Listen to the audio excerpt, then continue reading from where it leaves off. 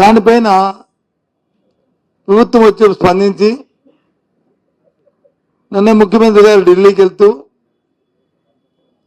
నిశ్చయిత అంశాలను మాట్లాడతానని చెప్పి ముందు కొన్ని సమాచారాన్ని లీకులు ఇస్తూ అదే దాని మీద వెళ్తున్నానని బిల్డప్ని ఇస్తూ ఆయన ఢిల్లీ వెళ్ళడం కూడా మనం అందరం చూసాం. ఆయన నిన్న పత్రికా సమావేశంలో కూడా పత్రికా సోదరులతో కూడా చిట్ చాట్లో కూడా కొంత మాట్లాడినట్లు పత్రికల్లో వార్తలు వచ్చాయి. దాంతోపాటు ఆ అధికార పార్టీ ఇప్పుడు అధికారం ఉన్న పార్టీ తాలూకా మీడియాలో కూడా కొంత సమాచారం కూడా వాడు విడుదల చేయడం కూడా జరిగింది. సూటిగా ముఖ్యమంత్రి గారిని ప్రభుత్వాన్ని ప్రశ్నిస్తున్నాం. మీరు రైతుల గురించి మిర్చి రైతుల గురించి వెళ్ళి మాట్లాడడానికి వెళ్ళిన నేపథ్యంలో వీళ్ళని చెప్పుకున్న నేపథ్యంలో అధికారికంగా ముందు మీరు వారితో సమయాన్ని కేటాయింపులు చేసుకునే ఉంటారు కదా. మరి సాక్షాత్తు దానికి సంబంధించిన మంత్రి ఢిల్లీలో లేకపోయినప్పుడు మరి మీరు మాట్లాడడానికి వెళ్తున్నానని చెప్పడం హాస్యాస్పదంగా ఉంది. మీకు కూడా అది సాంప్రదాయం అనిపిస్తుందా? దానికి మీ తాలూకా ఆ ముఖ్యమంత్రి పదవికి కానీ లేకపోతే మీ వ్యక్తిత్వానికి కానీ అది సమంజసంగా ఉందా అని సూటిగా అడుగుతున్నా. దాంతో ఎవరితో అయితే మీరు మాట్లాడికి వెళ్తున్నా మంత్రి ఢిల్లీలో లేకుండా నేను దీని గురించి వెళ్తున్నాను ఢిల్లీకి అని తప్పేముంది? ఢిల్లీలో భారతీయ జనతా పార్టీ ముఖ్యమంత్రి ప్రమాణ స్వీకారం చేస్తున్నారు, దానికి గెస్ట్ కింద పిలిచారు, దానికి వెళ్తున్నాను అని చెప్పి వెళ్తే తప్పు కాదు కదా. దానికి ఇవన్నీ ఎందుకు? ఈ ఈ తాళ్ళకి ఇవన్నీ అవసరమా? ఇవాళ చూశాను పత్రికల్లో, ఇవాళ ఇందాక టీవీలో చూశాను. మన రాష్ట్రం నుంచి ప్రాతినిధ్యం వహిస్తున్న కేంద్ర మంత్రి రామ్మోహన్ నాయుడు గారు మిగతా వాళ్ళు మా మంత్రి గారిని కలిశారు, శివరాజ్ చౌహాన్ గారిని, దాని మీద డిస్కస్ చేశారు. గుడ్, తప్పు కాదు. ఎందుకు ఈ పరిస్థితులు ఈ తీవ్రత ఇప్పుడు మీకు తెలిసింది. ఇప్పుడు జగన్మోహన్ రెడ్డి గారు విచారణకి వెళ్ళి అక్కడికి వెళ్ళి ఆయన పరిశీలించిన తర్వాత ఆ రైతుల ఆక్రందనలో ఆ బాధలు విన్న తర్వాత అది బయటకు వచ్చిన తర్వాత అప్పటి వరకు మీకు తెలియలేదే. ఏం చేసింది ప్రభుత్వం? మరి 2-3 నెలల ముందు ఈ కార్యక్రమం చేసుకుంటే ఇబ్బందులు లేవు కదా. ఎందుకు చేయలే? చేతులు కాలిన తర్వాత వచ్చి ఆకులు పట్టుకుంటే ఏ ఉపయోగం ఏముంది? ఇప్పటికే అల్లాడుతుంటే ఈరోజు మీకు వచ్చి ఆ మద్దతు ధర గురించి ఆలోచన వచ్చింది. ఏమనంటే ఒక 5 సంవత్సరాల కింద వచ్చి ఆ రోజు క్వింటాలు 7,000 రూపాయలకని ఆ ప్రభుత్వం ఇచ్చిందని, అప్పుడున్న కాలమాన పరిస్థితి ప్రకారము అప్పుడున్న ఉత్పత్తి ధరల ప్రకారము ఆ రోజు మా ప్రభుత్వం ఆ రోజుకి దాని ధర ఇచ్చింది. ఎప్పటికప్పుడు మారుతుంటాయి. ఆ కార్యక్రమాన్ని చేసుకోవడం బాధ్యత ప్రభుత్వాలకు ఉంది కదా, మీకు లేదా? ఇవన్నీ ఎందుకు చెప్తానంటే ఈ ప్రభుత్వానికి రైతుల పట్ల కానీ వ్యవసాయం పట్ల కానీ చిత్తశుద్ధి లేదు.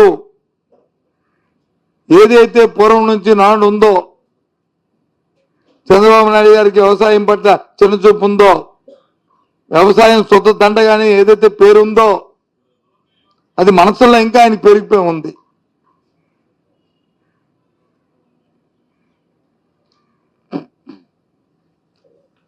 ఇది ఈనాడు పత్రిక యూరియా ఏదయ్యా ఎక్కడుందా యూరియాని ఈ పత్రిక రాసింది నిన్న. బ్యాగ్లో కొనుక్కోవాల్సిన పరిస్థితి వస్తుంది. ఏంటి దీని పరిస్థితిని?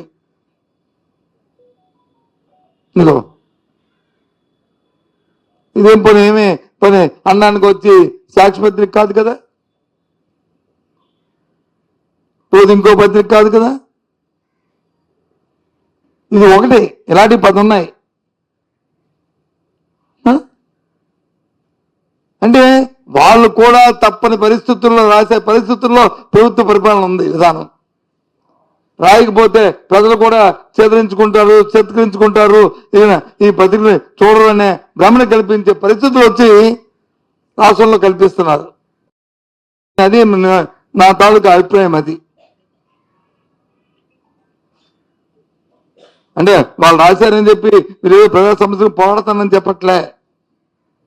రాయకపోతే ప్రజలు రైతులు ఏమనుకుంటారు అనుకునే పరిస్థితి కూడా తీసుకొచ్చింది ప్రభుత్వం. పాపం ఇలాంటి పత్రికలు కూడా అనే పరిస్థితి జారిపడుతున్నాం.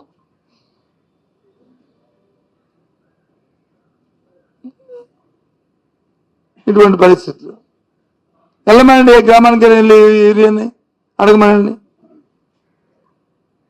నిన్న ఇంకో మాట అన్నారు, మేము వచ్చి గవర్నర్ గారిని కలిసి మా రాష్ట్ర అధ్యక్షుడికి మా మాజీ ముఖ్యమంత్రి గారి రక్షణ మీద వచ్చి మేము ఆందోళన వ్యక్తం చేస్తే, ఇల్లీగల్ యాక్టివిటీస్కి వెళ్తే మేము రక్షణ ఇవ్వాలా అని. మిర్చిరైతులకు వెళ్ళడం అనేది ఒక ఇల్లీగల్ యాక్టివిటీ. ఏమైనా అంతేనా? చెప్పండి, రాష్ట్ర ప్రజలు చూడండి, వినండి. మిర్చి రైతులకు వెళ్ళడము, జగన్మోహన్ రెడ్డి వెళ్ళడం అనేది ఒక ఇల్లీగల్ యాక్టివిటీ అని సాక్షాత్తు ప్రస్తుత ముఖ్యమంత్రి గారు అనే మాట. ఇదా కానీ 15వ తారీఖున జరిగిన ఏదైతే విజయవాడలో జరిగిన అట్టాసంగా జరిగిన మ్యూజికల్ నైట్ ఉందో అది వచ్చి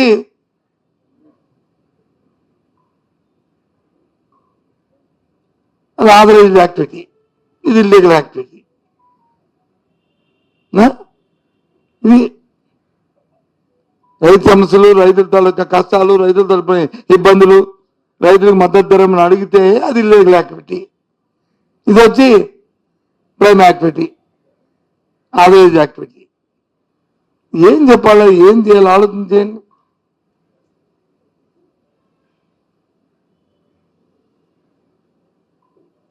అందుకే ఈరోజు మిమ్మల్ని అందరినీ పిలిచి మీ ద్వారా ఈ విషయాన్ని షేర్ చేసుకుందామని, మీతో పంచుకుందామని, మీ ద్వారా ప్రధానికి తెలియజేద్దామనే ఇవాళ ఈ సమావేశం ద్వారా ఆలోచన.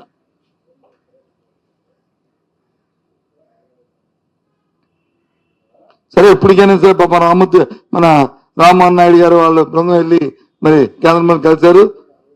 సరే, దాని మీద మంచి అభిప్రాయం కేంద్రం నుంచి రావాలని కోరుకుంటున్నాం. మేము ఇప్పటికైనా సరే రైతులకి మంచి జరగాలని కోరుకుంటున్నాం.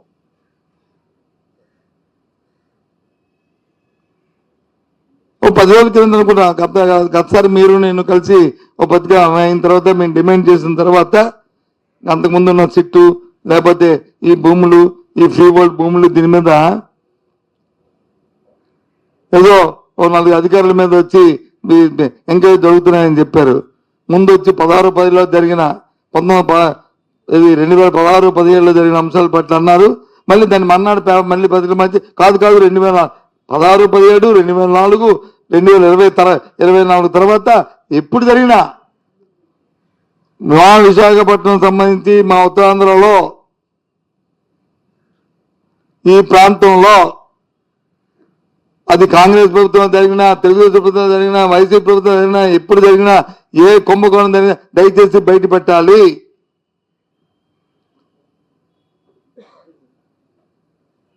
అందులో విచక్షణ ఉండకూడదు. ఒక ఈ గంటలేట్ పెట్టుకోండి. 2004 అంటే 2004 ఫైన్, 2004 టిల్ టుడే. ఇప్పుడు ఎన్నో సందర్భాలు అడుగుతున్నాం. ఓ సందర్భంలో నేను ఒక సోదరుడు ఇక్కడ కూర్చొని ఓ సోదరుడు అడిగాను, మరి మీరున్నది మా ఉన్న 5 సంవత్సరాలు ఎక్స్చేంజ్ చేస్తాం, అప్పుడు చేయలేకపోయాము, అదే ఆ తప్పిదం కూడా జరిగింది, అయినప్పుడు కూడా పెట్టండి అడుగుతున్నాం అని చెప్పారు. యాక్సెప్టెడ్.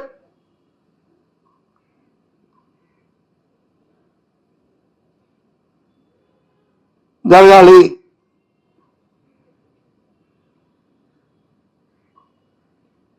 అంతేగాని రోజు వాళ్ళ మీద వీళ్ళ మీద బురదల్లి ఆ కంపుతో నుంచి రాష్ట్ర పరిపాలన చేద్దాం అనుకోవడం మాత్రం సమంజసం కాదు.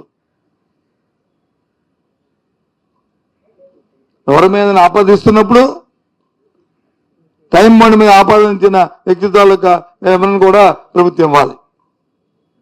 అంతే మరొక తెలిసాం కదా, అలా తుడుచుకుంటారంటే కాదు.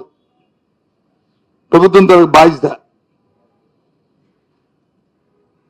ఆ బాధ్యతను నిర్వర్తించాలి.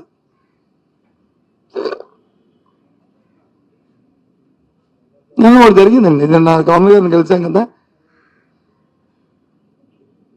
ఆయన సూటిగా ఒక ప్రశ్న అడిగారు. మీ మాజీ ముఖ్యమంత్రి గారికి ఉన్న భద్రత ఏంటంటే Z+ భద్రత ఉంది సార్ అన్నా. Is it? ఎస్, అది వర్చువల్గా వచ్చింది, ఇది సర్టిఫికేట్గా ఇచ్చారండి. మరి ఎలా తీస్తారు? ఒకరోజు ఆపడం ఏంటి? ఆశ్చర్యపోయాడు ఆయన. ఈ సర్ప్రైజ్ ఆయన వ్యక్తపరిచారు. అంటే ఏ విధంగా అధికారాన్ని చేతిలో తీసుకుంటామో, ఎందుకు ఇప్పుడు మళ్ళీ దీన్ని ఈ విషయానికి వచ్చారంటే, నిన్న ముఖ్యమంత్రి గారు మాట్లాడిన మాటలు ఒక మాట అన్నారు. ఏమన్నారు? ఇది నాకు సంబంధించిన విషయం అన్నారు. మరి మీకు సంబంధం ఎవరి సంబంధం ఉంటుందండి?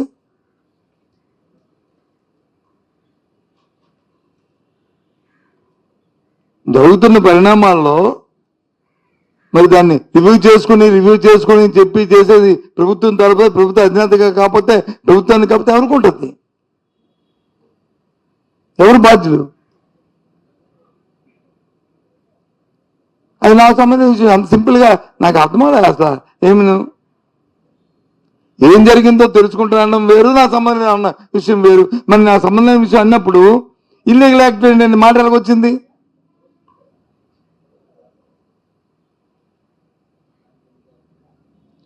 రైతులు చూడడానికి వెళ్ళి, రైతుల తాలూకా కష్టాలు వినడానికి వెళ్ళి, రైతుల తాలూకా బాధలు వినడానికి వెళ్ళి, వాళ్ళకి మద్దతు ధర రాలేదని రైతులు వచ్చి ఆత్మహత్య చేసుకుని మధ్య రైతు వచ్చి బాధపడుతున్న నేపథ్యంలో వాళ్ళ దగ్గరికి వెళ్తే అది ఇల్లీగల్ యాక్టివిటీ అంటే మరి ఎలాగొచ్చిందండి? మ్యూజికల్ నైట్ వచ్చి అది ఇల్లీగల్ కాదు, ఇది ప్రాపర్ ఆథరైజ్ యాక్టివిటీని మొత్తం యంత్రాంగం అంతా అక్కడ కేంద్రీకృతం అయితే అది ఎంత ఎలాగైందండి కాదా? సో దయచేసి మీ ప్రభుత్వాల్లో మీ ప్రయారిటీలు, మీ విధానాలు మీకు ఉంటాయి, మేము కాదనం. మీ ప్రయారిటీలు మీవి, మీ విధానాలు మీవి. అయితే మీ ప్రయారిటీలో రైతులు లేరనేది మేము గుర్తించాం. అది ఇప్పుడు నేను షేర్ చెప్పబోయే విషయాన్ని కాబట్టి అందుకు మేము ముందుకు వచ్చాం. ఆ ప్రయారిటీలో రైతులు లేరా, రైతు సమస్యలు లేవా అని అడుగుదామని మేము ముందుకు వచ్చాం. ఇప్పటికైనా ఆలోచనలు మార్చుకొని, సరే ఇచ్చిన వాగ్దానాలని, ఎన్నికల్లో ఇచ్చిన వాగ్దానాలని ఇప్పటికే తొంగలో తొక్కారు, 9 నెలలు అయిపోయింది. ఆ సూపర్ 6, సూపర్ 8 అవన్నీ ఎక్కడ పోయో తెలీదు. సరే బడ్జెట్ పెడతారు, పెట్టినప్పుడు వచ్చి దాంట్లో ఏవో ఒకటో రెండో పెడతారని ఇప్పటికే మీరు చెప్తున్నారు. ఇప్పుడు ఒకటి పెట్టాము, 1000 రూపాయలు ఇచ్చాము, ఒక సిలిండర్ ఇచ్చాము, మిగతా వచ్చి ఆ 2-3 రేపు బడ్జెట్ అయిన తర్వాత మే నెల నుంచి అంటున్నారు. చూద్దాం అవి ఎంతవరకు ఫుల్ఫిల్ అవుతాయో, ఎంతవరకు మీరు చెప్పిన మాట నిలబడతారో. ఒక సంవత్సరం పోయినా, వచ్చే సంవత్సరం ఆ ప్రజలకు ఉంటాయో వేచి చూద్దాం.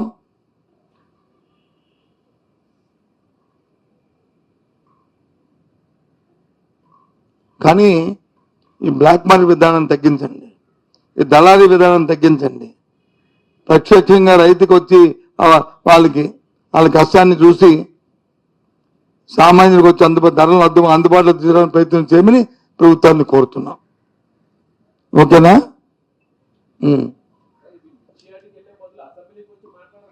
సరే, ఒక విషయం బాబు నాకు తెలియదు, మీరు అందుకే అడుగుతున్నాను. అసెంబ్లీకి రైతులు వస్తారండి? అది రైతులు వస్తారు అసెంబ్లీకి? రైతులు వస్తారా అసెంబ్లీకి? మిచాటికి వెళ్తే రైతులకు కష్టం తెలుస్తుంది, రైతులకు ఇబ్బంది తెలుస్తుంది, రైతు పడుతున్న బాధ తెలుస్తుంది, ఈ ప్రభుత్వం చేసిన ఘనకార్యం తెలుస్తుంది, ఎరువు ఎంత డైరెక్ట్గా ఎంత బ్లాక్లో కొన్నాడో తెలుస్తుంది, విత్తనాలకు ఎన్ని అగసార్లు పడ్డాడో తెలుస్తుంది. ఇది తెలుస్తాయి. అసెంబ్లీకి వెళ్ళడం రెండో విషయం. దీన్ని ఆ విషయాన్ని మానుకుని రైతులు వచ్చి అసెంబ్లీ రైతులు పిలుస్తారంటే ఓకే పిలవండి అయితే చెప్పండి. నేను మాట్లాడతాను, నేను ఎలాగా మాట్లాడతాను, నేనేం కాదనలేదా, నేను ఎలాగా మాట్లాడతాను. నువ్వు అడిగిన ప్రశ్న చెప్పాను. చెప్పమ్మా.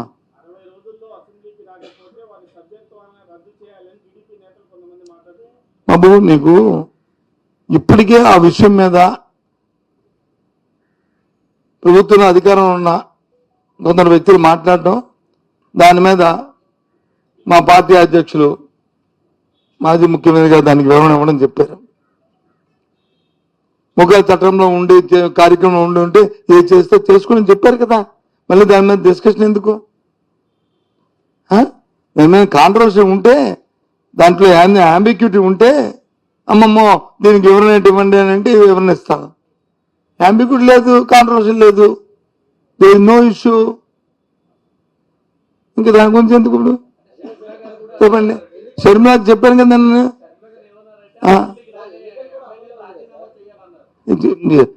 ఆవిడ చెప్పాను కదా నేను. రాష్ట్ర కాంగ్రెస్ అధ్యక్షులకి కాంగ్రెస్ పార్టీ ఏదైనా విధానం మేము మాట్లాడితే, కాంగ్రెస్ పార్టీ తాలూకా సిద్ధాంతం మేము మాట్లాడితే మేము మాట్లాడతాం. వ్యక్తిగతంగా మాట్లాడిన వాళ్ళకి ఏం మాట్లాడతాం?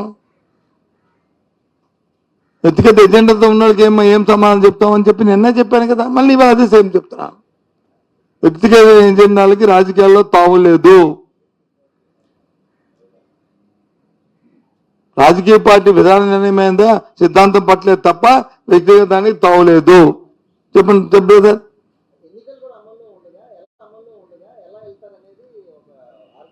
ఒక ఆర్గ్యుమెంట్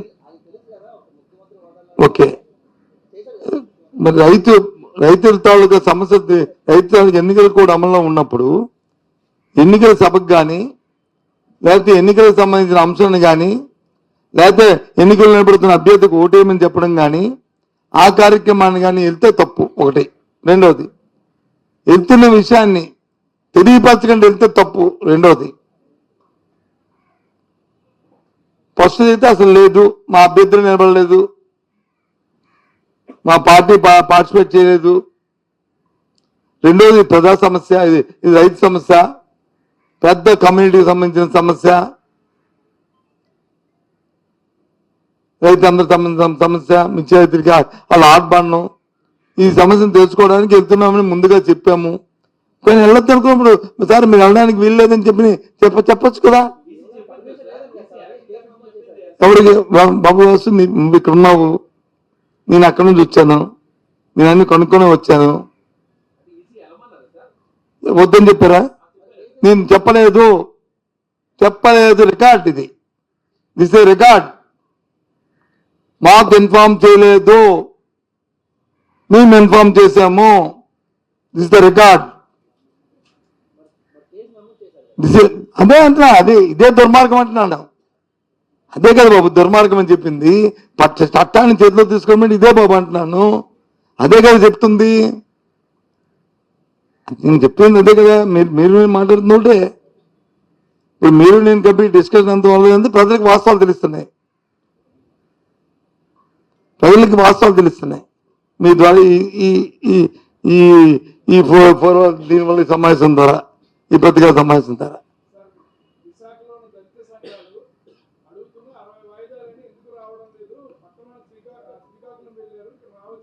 ఏంటి దానికి?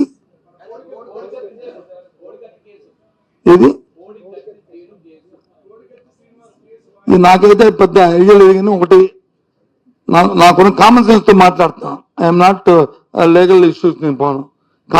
ఒకవేళ వాయిదాలు రాలేదంటే కోర్టులు ఏం చేస్తాయి?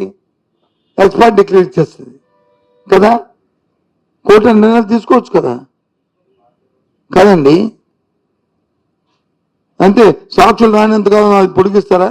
ఒకవేళ నిజంగా చట్టంలో ఉంటే చట్టం కంపెనీ చేసుకుని పోద్ది. చట్టం అదే ఎందుకంటున్నాను. అది చేసుకెళ్తుంది. ఆ విషయం నన్ను మీరు అడగకూడదు, కోర్టులను అడగాల, న్యాయస్థానం అడగాల, వాళ్ళని అడగని చెప్తారు. నన్ను అడిగితే నేనేం సమాధానం చెప్తాను? అందుకే చెప్తాను, అందుకే చెప్తున్నాను. నేను చాలా సిస్టమేటిక్గా మీద చెప్తున్నాను. బెంచ్ అడగండి, నన్ను అడిగితే నేను చెప్తాను. 5 ఏళ్ళు రాకపోతే ఏం చేస్తారు? అదే చేస్తారు. నాకేమి రేపు అడిగి చెప్తాను. రేపు అడిగారు కదా, అడిగి చెప్తాను. అది అనవసరము డిస్కషన్ మీకు పొలాంగ్ చేయకండి. అప్రస్తుతమైన ఇది డిస్కషను, న్యాయస్థానంలో అంశము, న్యాయస్థానంలో నిర్ణయాలు తీసుకోమని చెప్తున్నాము. ఇంకా మరి దానికి ఎందుకు దాన్ని ఇంకా డిస్కషన్ వేస్ట్ కదా. అది కాదండి, ఒక విషయాన్ని ఇప్పుడు మీరు ఇందాక ఎలక్షన్ కమిషన్ ఇది అన్నారు కదా, కోడిదని. నిన్న కాక మొన్న మనం ఈసీలు వేశారు, నామినేట్ చేశారు లేదా? సంతోషం. 9 నెలలతో పోయిన తర్వాత అంటే ప్రభుత్వం వచ్చాయని వీసీలు అందరిని రాజీనామా చేయమని ఒత్తిడి చేసి వాళ్ళు వీసీ ఉద్యోగాలను తీశారు. సరే, ఏ కారణాల్లో తీశారో అవన్నీ అప్రస్తుతం. ప్రభుత్వం మారింది, మాకు ఇష్టం లేదు, వీళ్ళ తాలూకా పరిపాలనలో విశ్వవిద్యాలయంలో వీళ్ళు మారుస్తామని ఫోర్స్ఫుల్గా వాళ్ళతో రిజైన్ చేయించారు. 9 నెలల తర్వాత ఇచ్చారు. మరి ఎప్పుడు ఇచ్చారండి? ఎలక్షన్ కోడ్ లేదా? ఉందా చెప్పండి. మరి ఎందుకు ఇచ్చారు? మేము క్వశ్చన్ చేశామా? సరే, రొటీన్ జరుగుతుంది. ఎలక్షన్ కోడ్ ఇచ్చా, అది రాజకీయ అంశమా? వెళ్ళిన సమస్య రైతుల మీద వెళ్తున్న సమస్యని దాన్ని పట్టుకొని మీరు వచ్చి ఇల్లీగల్ అంటే మేము ఇది ఇల్లీగల్ అన్నామా? వీసీలు ఇల్లీగల్ అన్నామండి మేము ఎక్కడైనా కామెంట్ చేశామండి? తప్పే ఉంది. 9 నెలలు అయినప్పటికీ కూడా ఇప్పటికైనా వేసారులే, పరిపాలన సరిగ్గా సాగాలి అని కోరుకున్నాం. ఒక మంచి ఆలోచనతోని, ఒక పెద్ద దూరదృష్టితోని ఎక్కడ కామెంట్ చేశామండి? ఆలోచన పార్టీల ఆలోచన ఆ లైన్లో ఉండాలి. సందర్భం పెట్టి సమయాన్ని పెట్టి మనం అంతేగాని ఇష్టం వచ్చని మాట్లాడతాడుగా. ఇంకోటి కూడా అడుగుతున్నాను, ఇప్పుడు గ్రూప్ 2 మెయిన్స్ జరుగుతున్నాయి, ప్రిలిమినరీ ఎగ్జామ్ జరిగాయి. అప్పట్లో మేము నోటిఫికేషన్ ఇచ్చాం. అప్పుడు మా దృష్టికి సమస్య రాలేదు. ఇప్పుడు సమస్య వచ్చింది. ఆ రాష్ట్ర పాయింట్ మీద సమ్ డిస్కషన్ డిమాండ్ చేస్తాం. ఒకసారి దాన్ని దృష్టి పెట్టండి. లేకపోతే మళ్ళీ ఏ కోర్టులోనే న్యాయస్థానంలో ఆగిపోయే ప్రమాదం ఉండొచ్చు. మళ్ళీ మీరు వచ్చి ఇది మేం కాదు, వైసీపీ ప్రభుత్వం చేసిందని మమ్మల్ని తోసి ఆ విద్యార్థుల్ని ఇబ్బంది పెట్టకండి. మీకు కక్ష ఉంటే మమ్మల్ని తీర్చుకోండి, కానీ విద్యార్థులు ఇబ్బంది పెట్టకండి. ఆలోచన పెట్టండి దాని మీద, మీరు దృష్టి పెట్టండి దాని మీద. ఆ ఇష్యూని ఏ విధంగా స్మూత్ లెవెల్లో సాల్వ్ చేయాలో చేయడానికి ప్రయత్నం చేయండి.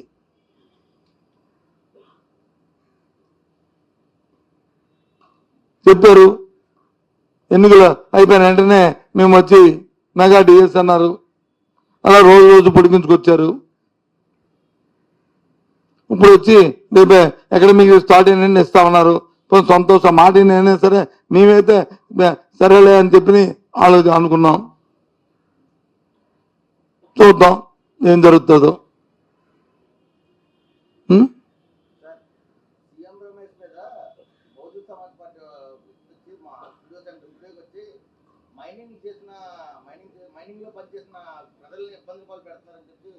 నాకు అర్థం అలా ఏంటో. సీఎం రమేష్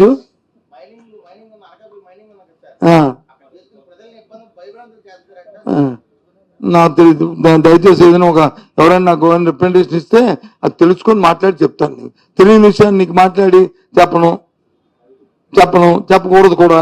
ఇంకొకటి, సీఎం రమేష్ గారు వాళ్ళు ఇబ్బంది పడుతున్నారంటే సీఎం రమేష్ వాళ్ళు ఇబ్బంది పడడం అనేది ఇదేం కొత్త కాదు.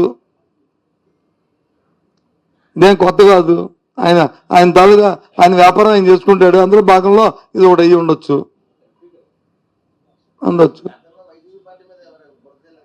సరే అది బురదడితే నేను వచ్చి మట్టి మొత్తం వేసి మంట పెట్టి ఆయనకి అలవాటుదే.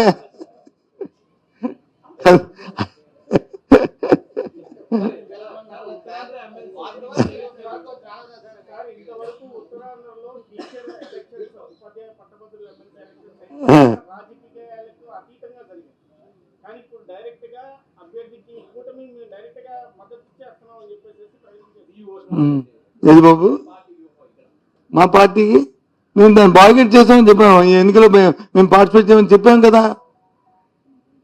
మీరే అన్నారు అవి రాజకీయాలకి పార్టీలకు అతీతంగా జరగాలని. వాళ్ళు అయినా సపోర్ట్ చేశారు. మేమైతే దానికి అందరూ పార్టిసిపేట్ చేయాలనుకున్నాం. మేము భాగస్వామ్యం కాదు. దాంట్లో డిస్కషన్ ఎక్కడ ఉంది?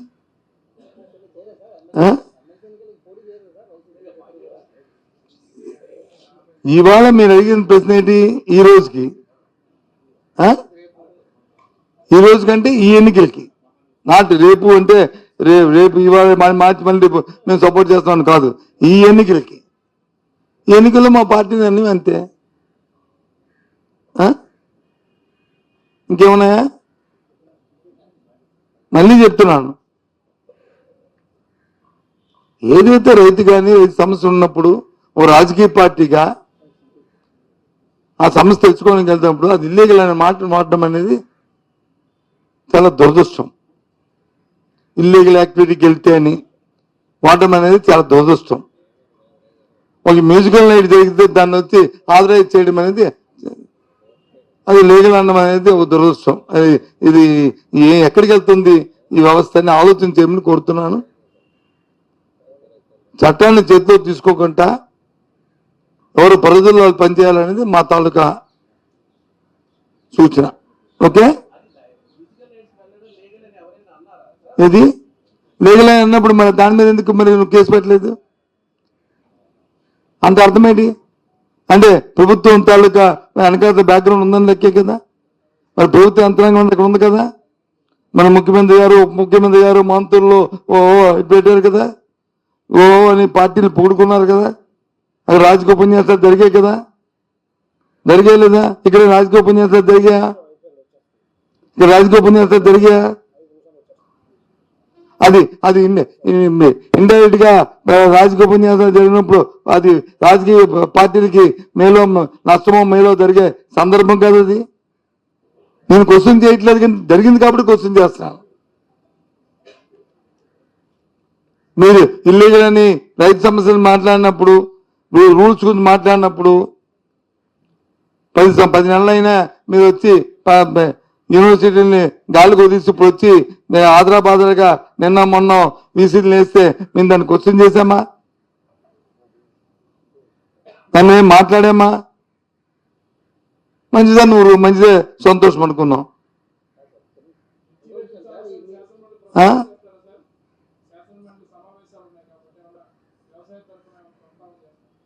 అన్ని సమస్యల మీద ప్రస్తావన చేస్తాం. ముఖ్యంగా దీని మీద అయితే ఇంకా ఎక్కువ మాట్లాడతాం. ఏంటో నాకేదో అర్థం అవ్వలేదు నువ్వు చెప్పింది. నీ ఆక్రోశం ఏంటో, నీ కడుపులో బాధ ఏంటో, నీ కడుపులో ఉన్న మంట ఏంటో ఏం చెప్పి వల్ల చెప్తాను. నిజంగా చెప్తాను, అంతేగా హాస్యం కాదు. ఐఎమ్ సీరియస్, నిజంగా చెప్తాను. చెప్పు.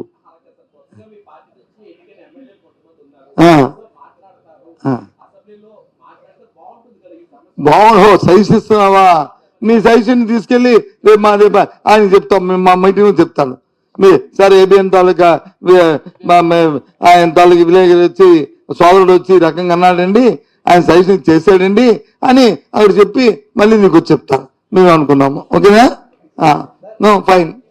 నేనేమి ప్రాపర్గా అందుకే నువ్వు ప్రాపర్ చెప్పు, నేను ప్రాపర్గా చెప్పి నీకు మళ్ళీ రెస్పాండ్ అవుతాను. చెప్పండి.